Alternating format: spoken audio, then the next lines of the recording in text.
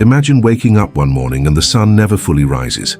Not because of clouds, not because of rain. The sky simply dims, like someone pulled a veil across the face of the world.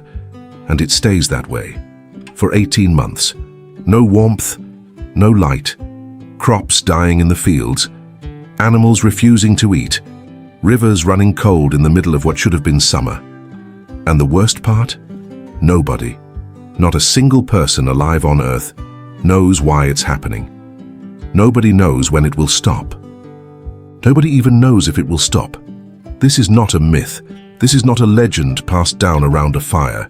This is one of the most thoroughly documented climate catastrophes in the entire history of human civilization, and yet most people have never heard of it. 536 AD, the year the sun disappeared, and today we're going inside it. Not just the science, not just the dates and the data. We're going to live it through the eyes of the people who had no choice but to endure it. Through the decisions they made, through the ones they got wrong, through the sacrifices, the violence, the hunger, and the almost incomprehensible willpower it took just to make it to the next morning. Because here's the thing that nobody tells you when they talk about ancient catastrophes. The people who survived weren't superhuman. They were scared, starving, confused, and desperate, exactly like you or I would be. And what they did, how they adapted, what they held on to, and what they were forced to let go of, that story deserves to be told. Stay with me, because by the end of this, you will never look at a grey sky the same way again. Part 1. The Last Normal Morning. It's February of 536 AD.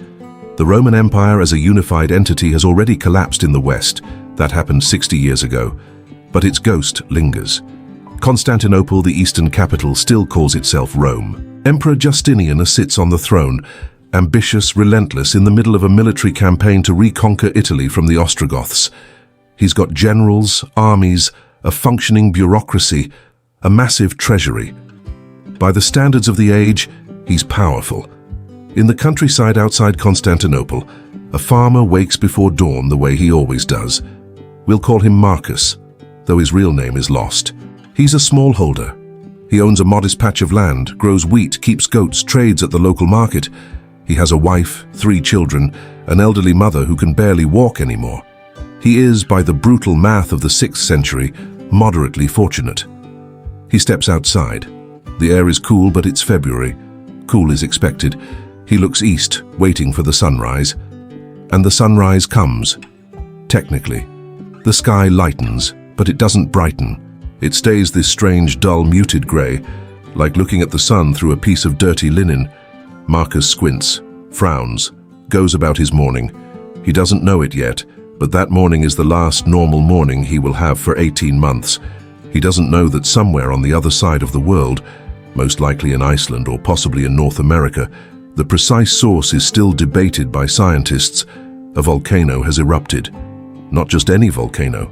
A supervolcanic event so massive that it has blasted tens of millions of tons of sulfur dioxide into the upper atmosphere. And that sulfur dioxide has begun to form an aerosol veil, a thin, planet-wide shroud that will drift across every sky on Earth and block a meaningful percentage of solar radiation. Marcus doesn't know the word stratosphere. He doesn't know what sulfur dioxide is.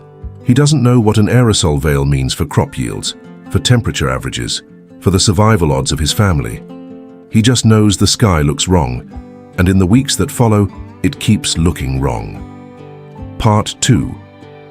When the cold came by April, Marcus knows something is deeply wrong. The temperature has dropped, not catastrophically, not blizzards in spring wrong, just persistently, stubbornly, unnervingly wrong. The kind of cold that sits in your bones even when you're standing in what should be afternoon sunlight. The kind of cold that makes the seeds in your fields sprout late, grow slowly, yield less. Medieval historian Procopius of Caesarea, who was alive during these events and writing from Constantinople, recorded it this way. He wrote that the sun gave forth its light without brightness, like the moon, throughout the whole year. He wrote that it seemed exceedingly like the sun in eclipse, He wrote that men were free neither from war nor pestilence, nor any other thing leading to death. That phrase, the sun like the moon, is haunting precisely because it's so specific. Procopius wasn't a farmer panicking in a field. He was an educated court historian, a man trained to observe and record, and even he struggled to explain what he was seeing. In Constantinople, the markets began to murmur. Prices on grain ticked upward, slowly at first, then faster. Merchants who dealt in agricultural goods started hoarding. Court officials sent messengers to the provinces asking for supply reports. The reports came back troubling. Meanwhile, in the fields outside the city, Marcus was doing calculations he didn't have the mathematics to formalize, but understood in his gut with absolute clarity. The harvest this year would be bad, maybe very bad. How bad? He didn't know, but he did what farmers have done in every era of human history when they sense a bad season coming. He started rationing. He cut back his family's daily portions, not drastically, not yet, just a little, just enough to build a small buffer. His wife objected. His children were hungry. His mother, frail and dependent, needed calories to stay warm. He held firm. Quietly, grimly. This decision, this small, unglamorous, deeply uncomfortable act of preemptive discipline, was one of the most important things Marcus could have done. And most of his neighbors didn't do it. Most of his neighbors assumed the sky would clear, assumed the summer would come back, assumed this was temporary. It wasn't temporary. Part 3, the hunger that crept. Here's what a famine doesn't look like, at least not at first. It doesn't look like people collapsing in the streets on day one. It doesn't look like sudden dramatic crisis. It looks like tightening. Like things getting a little worse week by week, month by month. Like the moment when you realize the reserves you thought would last until spring are going to run out before spring. Like the moment when you start looking at your neighbor's stores and wondering. The summer of 536 was cold. Across Europe, the Middle East and parts of Asia, average temperatures dropped by somewhere between 1.5 and 2.5 degrees Celsius. That number might sound small, almost trivial, until you understand what it means for agriculture. In the growing zones of Europe, a drop of even 1.5 degrees can shorten the growing season by several weeks. In a world already operating on the razor's edge of subsistence, a few weeks can mean the difference between a harvest that barely feeds a community and one that doesn't feed it at all. In China, historical records from this period describe summer snow. Summer snow in China. The Annales of the Tang dynasty and earlier chronicles describe frosts in August, crops destroyed, rivers partially frozen in what should have been the warmest months. In Peru, ice core samples taken by modern scientists from Andean glaciers show a sharp spike in sulfate deposits exactly at this time, physical evidence locked in ancient ice of that original volcanic eruption's global reach. Marcus's harvest came in at roughly half of what he normally expected, maybe a little less. He looked at what he'd stored. He looked at his family. He did the math. If they were careful, very careful, they might make it through the winter. Maybe. The key word was might. His neighbor to the south, a slightly wealthier man who'd been less disciplined about rationing earlier in the year, came to him in October and asked to borrow grain. Marcus said no. His neighbor was furious, called him selfish, said he'd remember this. Marcus stood in his doorway and watched the man walk away and felt something shift inside him, a hardness settling in, a recalibration of what community meant when survival was on the table. This is one of the underappreciated psychological dimensions of historical famines. They don't just starve bodies. They corrode trust. They make neighbors into competitors. They force people into decisions that feel monstrous and are simultaneously completely rational. Marcus wasn't a bad man. He was a father. Before we go further, if you're finding this as gripping as I think you are, do me a favor right now. Hit that subscribe button and ring that notification bell. This channel goes deep on the history that actually changed the world, and I don't want you to miss what's coming. And drop a comment below. I want to know, could you make the decision Marcus made? Would you share, or would you protect your family first? Let's talk about it. Part 4. What the darkness did to the human mind.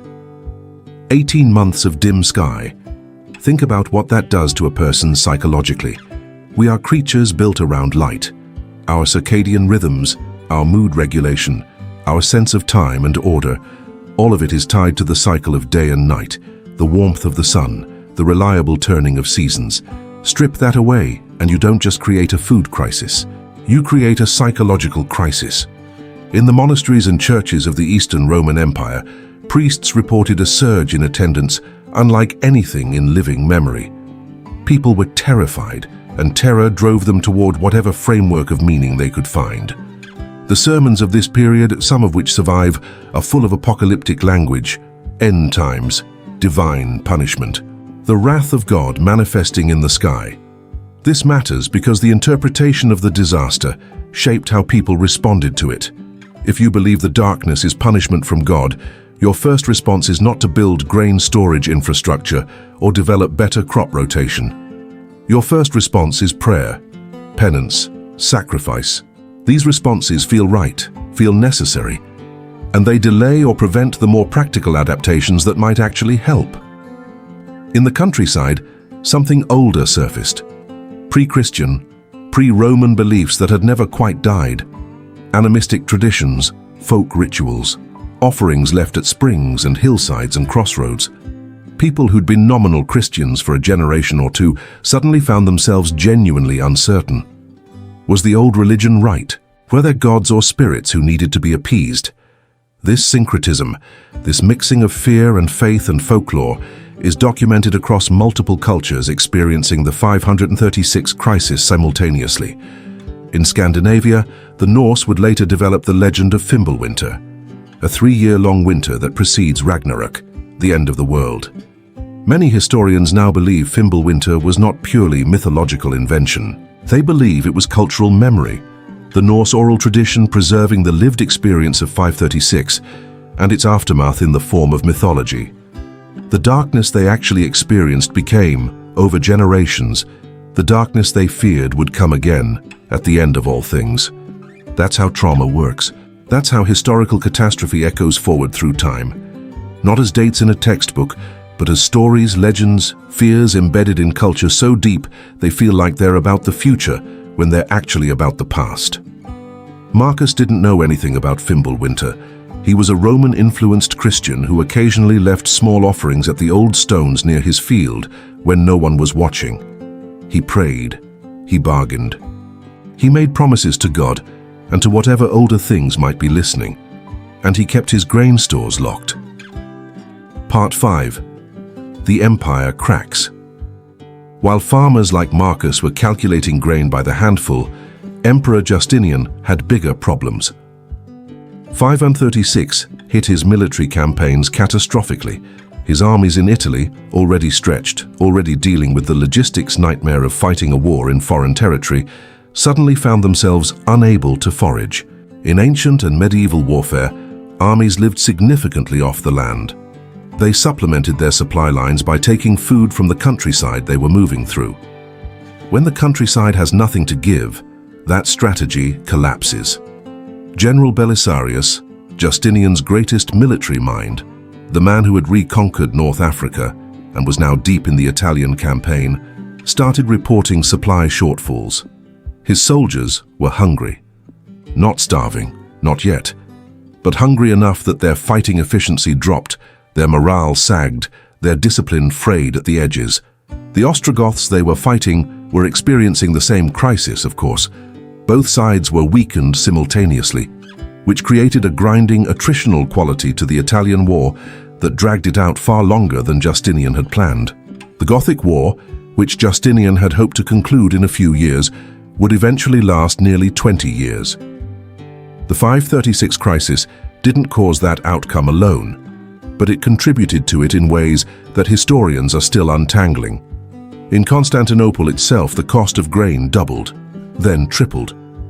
The Great Hippodrome, normally a place of chariot racing and civic celebration, went quieter. There were riots.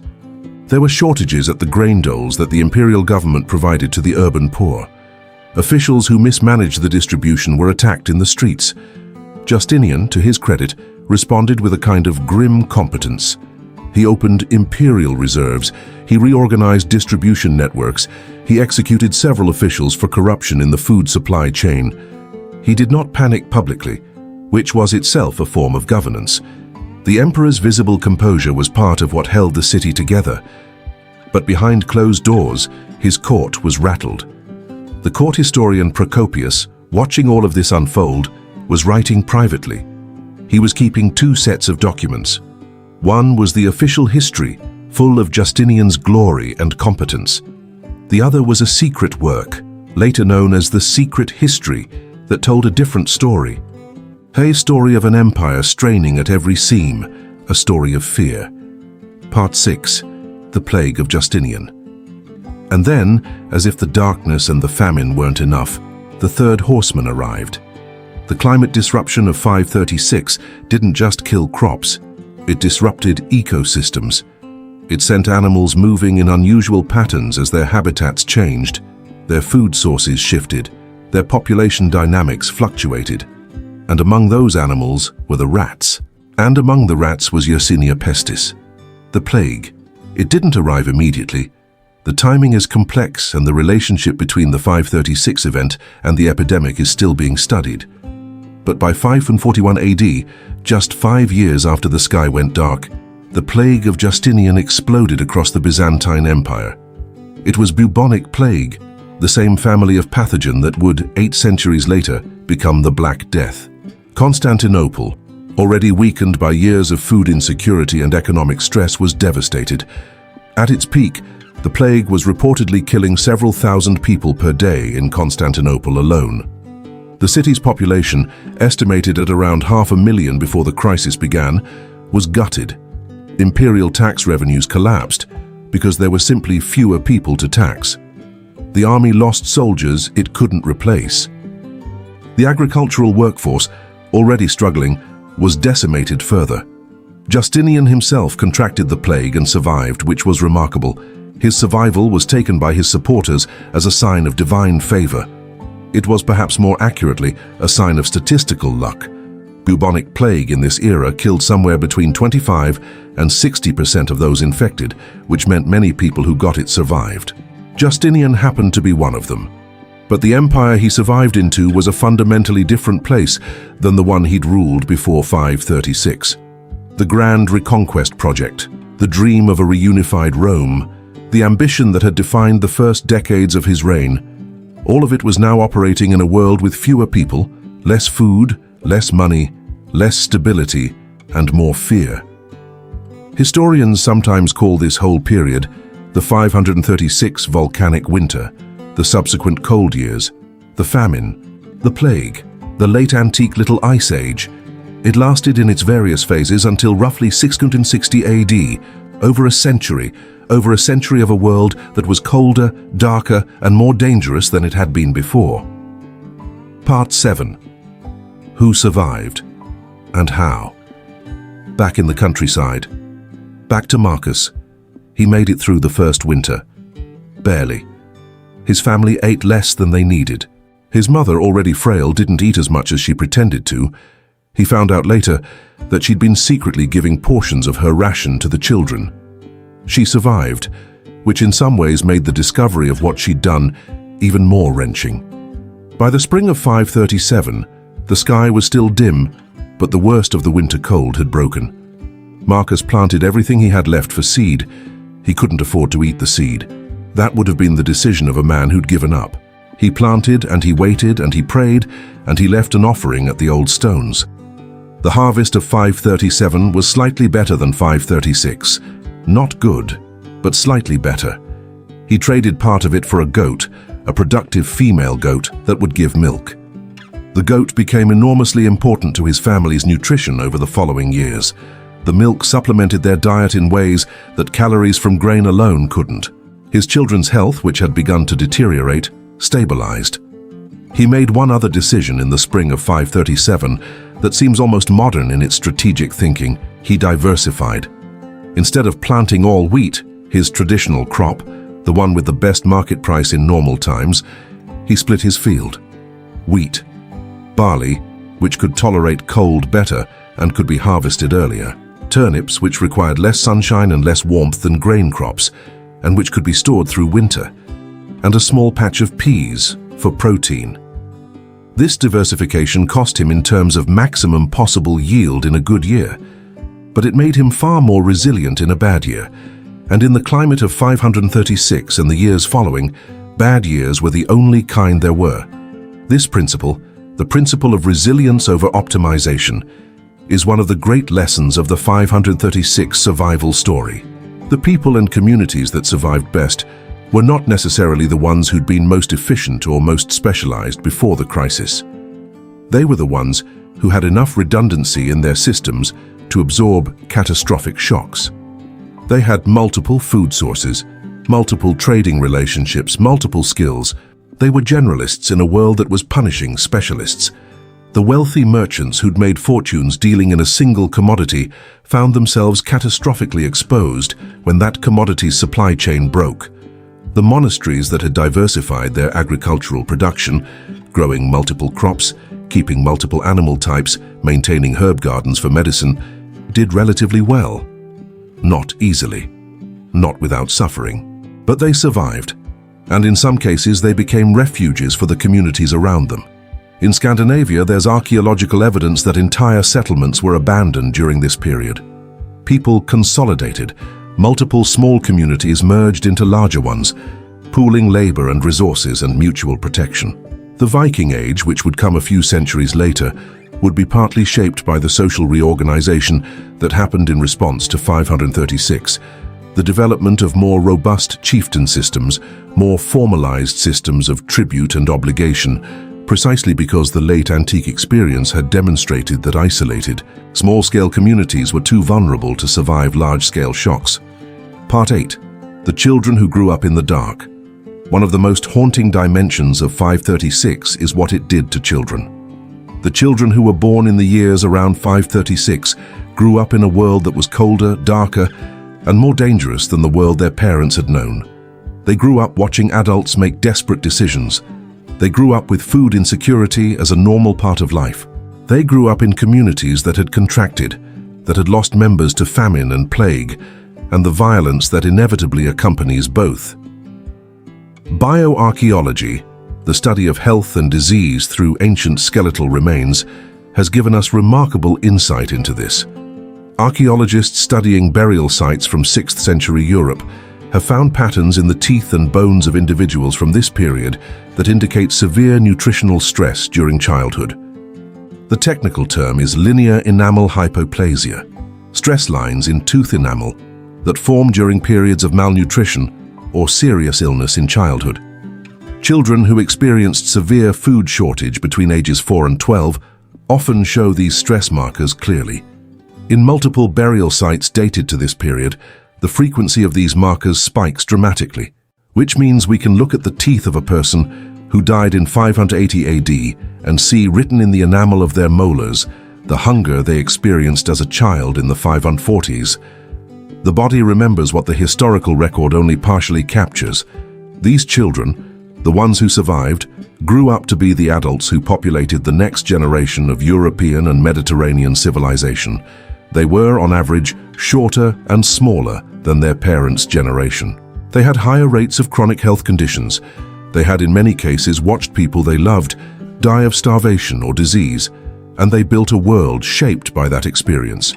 The caution, the conservatism, the intense focus on community solidarity and mutual obligation that characterizes much of early medieval European social structure. These are not simply the inevitable products of a simpler, less developed civilization.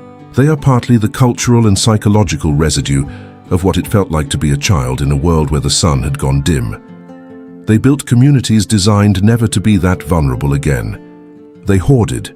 They stored. They developed elaborate social obligations around food sharing and hospitality, because hospitality with food is, in a world that has experienced famine, not just a social nicety.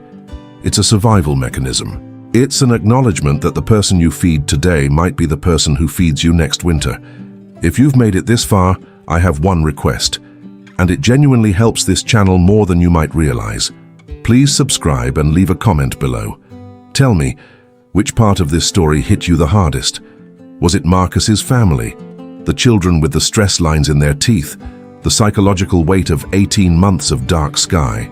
Your comment keeps this kind of deep historical storytelling alive. Let's keep building this community together. Part 9. What modern science found in the ice fast, forward to 2018.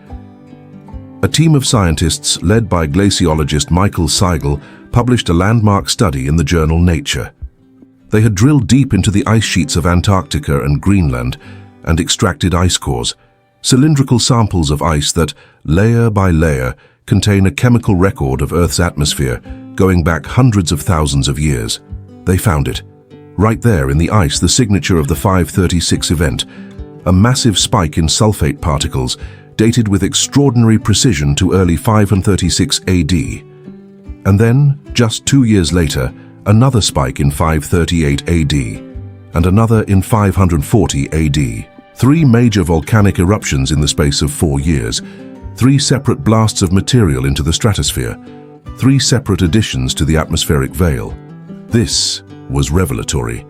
It meant that what Marcus and Procopius and the anonymous families of 6th century China and Scandinavia had experienced wasn't a single event that eventually cleared. It was a sustained series of events, one piling onto another, each one refreshing the atmospheric disruption before the previous one had fully cleared. The sky didn't gradually brighten after 536. It was hit again in 538 and again in 540. No wonder it lasted so long. No wonder the recovery was so slow. The ice cores also told the scientists something else remarkable. The lead levels in the ice dropped sharply during and after 536. Lead enters the atmosphere through smelting, through metalworking, through the processing of ores for coins and tools. When lead in the ice drops, it means industrial and economic activity is declining significantly. The drop in lead that follows 536 is the chemical signature of economic collapse. It's the fingerprint of a civilization contracting. Fewer coins being minted, fewer metals being processed, less trade, less production, less of everything. And it took until roughly 640 AD, over 100 years, before lead levels in the ice returned to where they'd been before 536. 100 years to economically recover from a volcanic eruption. That's not a disaster. That's a transformation. That's a new baseline.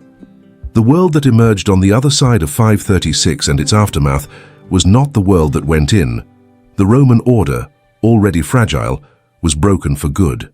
The economic integration that had characterized the late Roman Mediterranean, the trade networks, the urban concentration, the specialized production, all of it simplified, contracted, localized.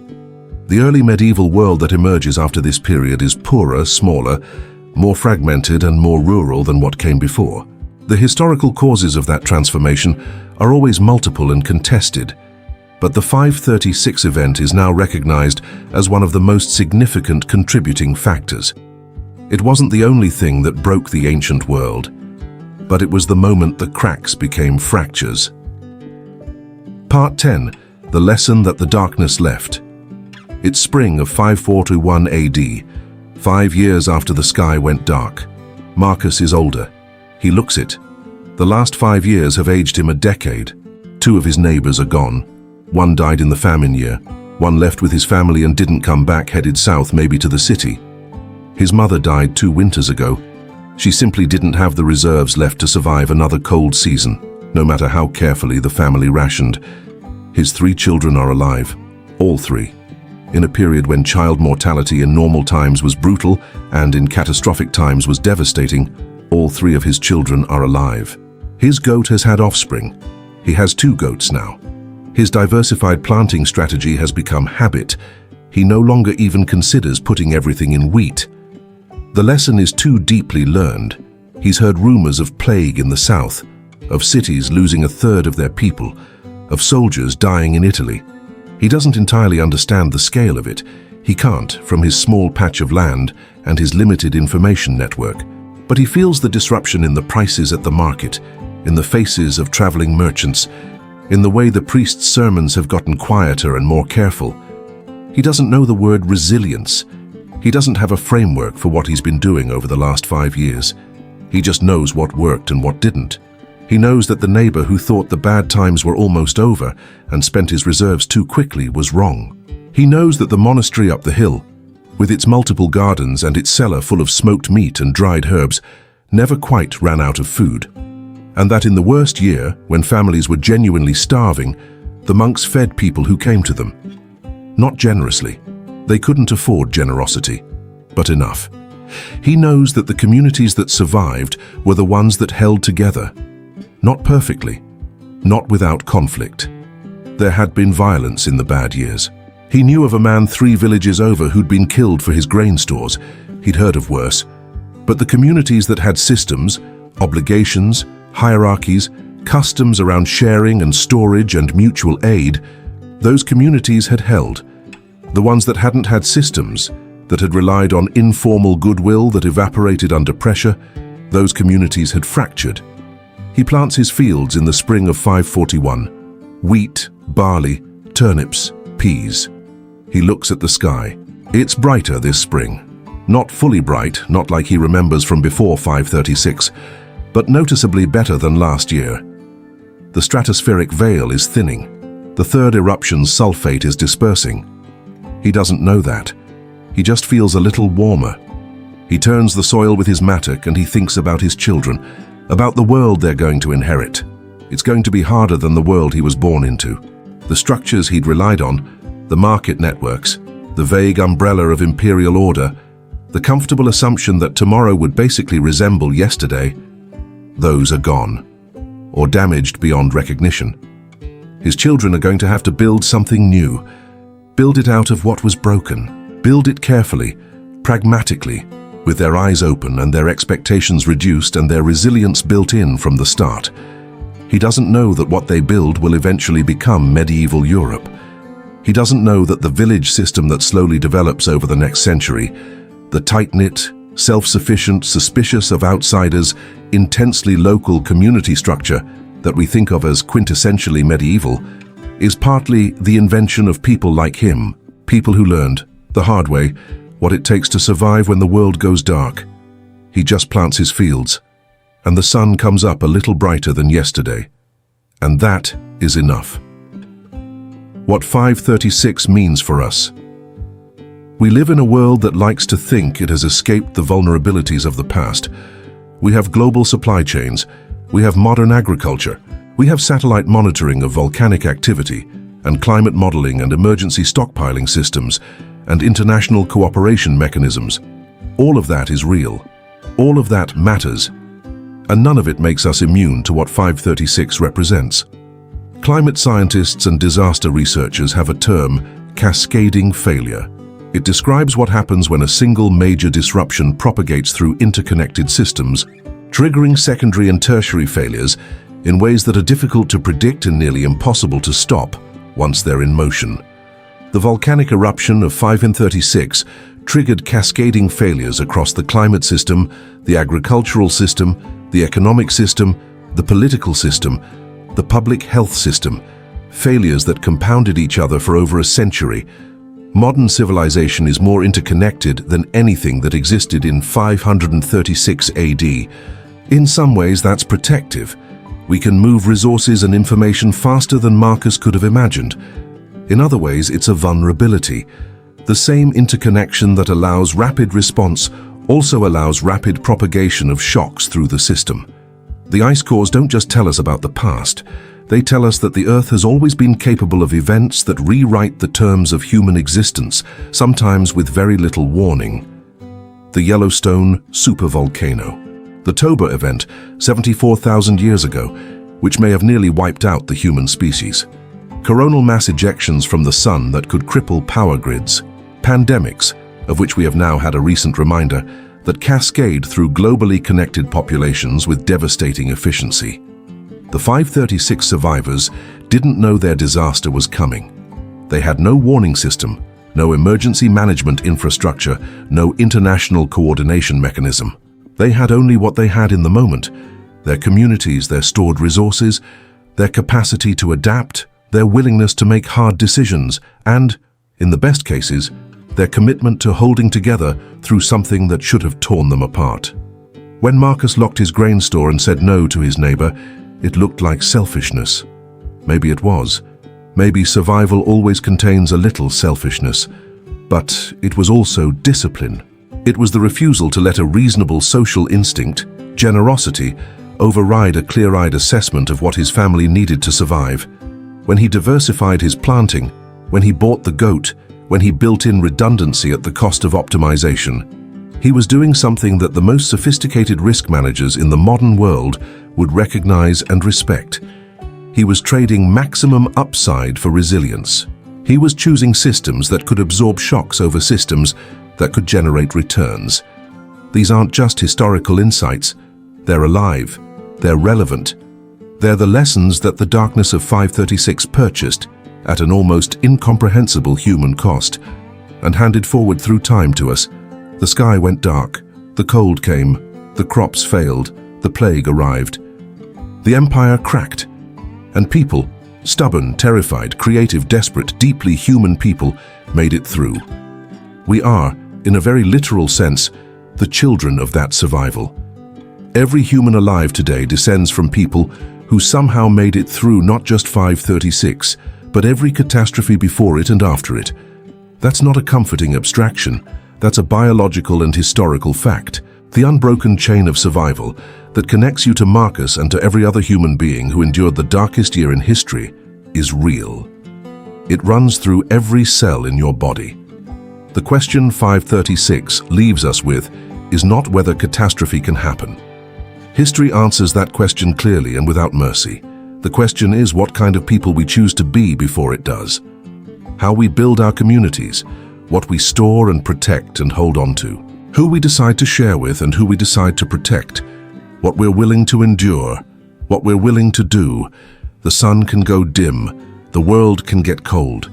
History has proven, beyond any reasonable doubt, that the human animal has the capacity to survive things that should be unsurvivable. The question is only, what does it cost? And are we willing to pay it? If this episode moved you, challenged you, or taught you something, please share it. Someone in your life needs to hear this story. Subscribe if you haven't already, and leave me a comment telling me which part stayed with you longest after watching. I read every single comment. Thank you for being here. More is coming.